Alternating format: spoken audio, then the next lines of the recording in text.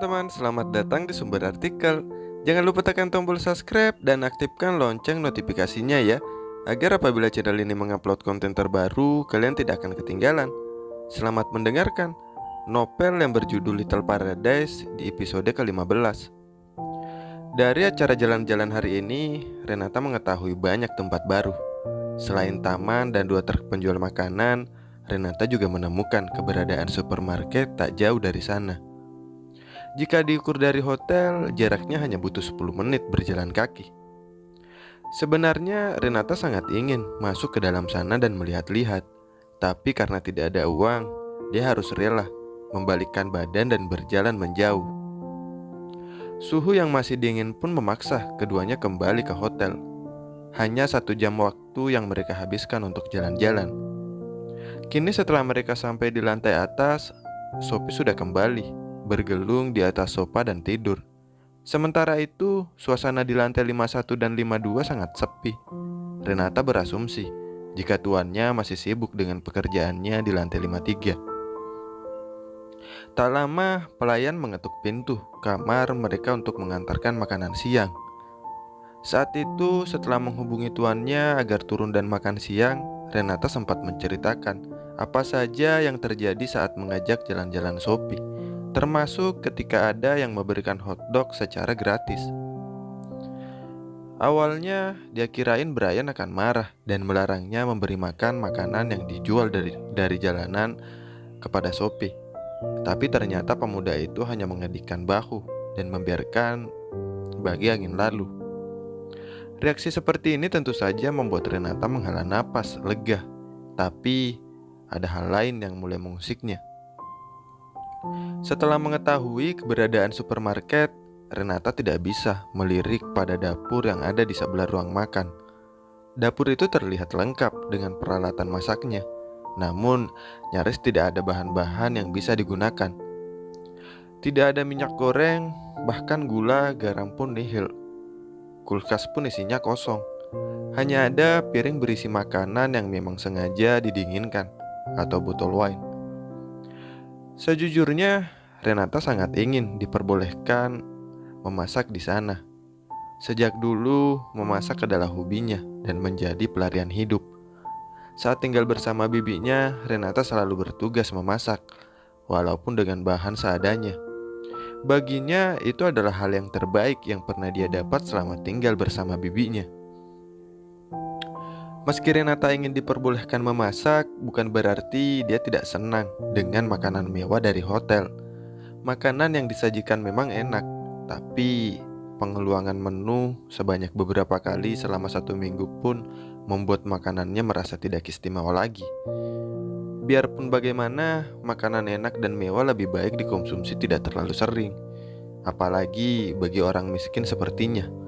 Ya, Renata khawatir kalau indera perasanya akan menjadi sombong jika terlalu lama merasakan makanan mahal. Hanya saja, bagaimana caranya Renata mengatakan keinginannya?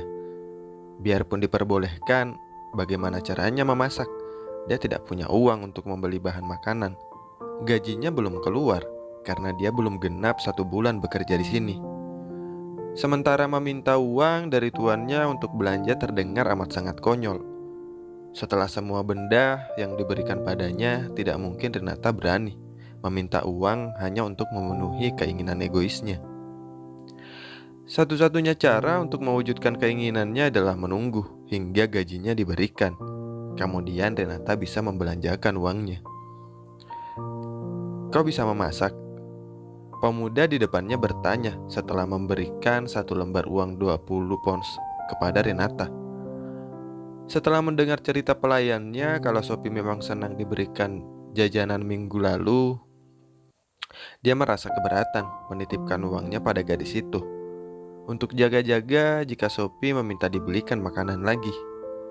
Baginya kesejahteraan Sophie amat penting, apalagi karena dia terlalu sering berada di dalam ruangan dan jarang mengajak anjing itu jalan-jalan.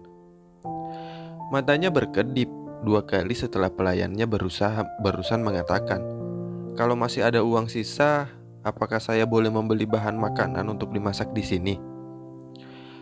Tentu saja Brian tidak mengira Gadis itu terlihat masih takut padanya sejak pertama kali datang kemari. Sekarang pun pasti masih demikian.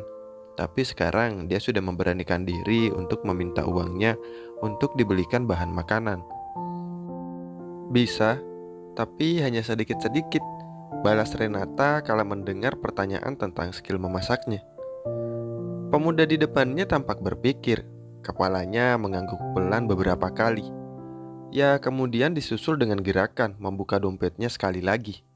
Di dalam sana hanya tersisa 1 lembar uang 50 pounds, karena biasanya Brian melakukan sebagian besar transaksinya secara online.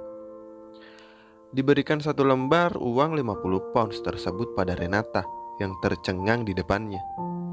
Pakai ini dan beli bahan-bahan untuk makan malam nanti. Buatkan untukku juga. Sejujurnya, dia juga sudah bosan dengan makanan hotelnya. Dia ingin makanan menu lain yang tidak disajikan oleh hotelnya. Makanan tak mewah pun tak masalah, asalkan cocok di lidahnya. Anggap saja kali ini dia bisa mengetes Renata untuk memasak. Jika masakannya enak, Brian akan berhenti memesan di bawah dan menyuruh Renata memasak setiap hari.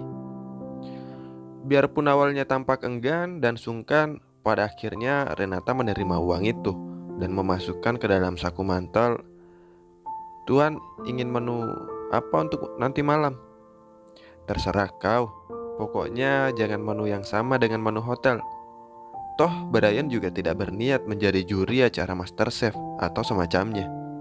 Dia tidak ingin membandingkan masakan mana yang paling enak antara buatan gadis itu dengan buatan chef di restoran tersebut.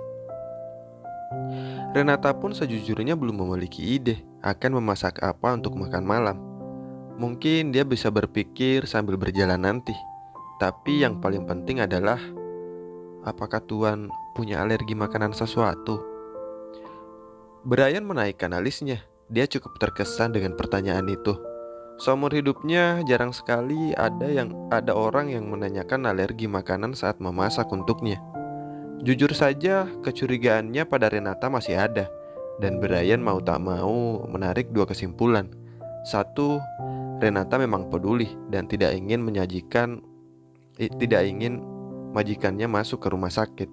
Atau kedua, dia memang berniat mencelakainya dengan membuat makanan dengan bahan yang membuatnya alergi. Pada akhirnya, pemuda itu mengenikkan bahu. Untungnya dia tidak punya alergi apapun terhadap makanan. Renata pun pamit dan masuk ke dalam lift bersama Sophie, meninggalkan Brian yang memperhatikan mereka hingga menghilang di balik pintu lift yang menutup. Pemuda itu mengenikkan bahu lagi dan berjalan naik. Dia sebenarnya tidak tahu dengan jumlah uang 50 pounds itu bisa dibuat membeli bahan makanan apa saja. Sementara bahan makanan di dapur dan kulkasnya nyaris tidak ada selain makanan ringan seperti sereal. Sampai di supermarket, sudah bisa ditebak jika Renata berdiri tercengang di bagian daging. Di depan matanya terpampang berbagai macam daging, dimulai dari daging ikan, daging sapi, daging babi, bahkan daging domba juga ada di sana. Dia hanya tinggal memilih dan memasukkan ke dalam keranjang, kemudian membayarnya. Dia sekarang memegang uang yang bisa dibeli masing-masing satu jenis daging di depan matanya. Tapi kemudian Renata menggeleng. Tidak, dia tidak tahu apakah tuannya masih mengizinkannya memasak setelah mencoba menu malam ini.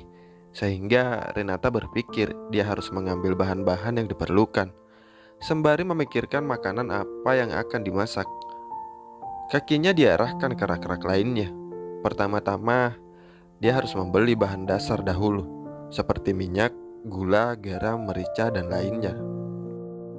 Meski Renata tidak bisa membuat masakan semewah restoran di hotel, tapi dia juga bisa membuat makanan yang enak. Terima kasih banyak telah mendengarkan sumber artikel ya. Jangan lupa tekan tombol subscribe dan aktifkan lonceng notifikasinya. Dan kalian jangan lupa juga like beserta komentar sebanyak-banyaknya ya. Minimal bisa 100 komentar lah, sebagai motivasi untuk saya sendiri. Dan jangan lupa di-share juga untuk video-video dari sumber artikel ya. Terima kasih banyak telah menyimak. Tunggu di episode selanjutnya. Bye-bye.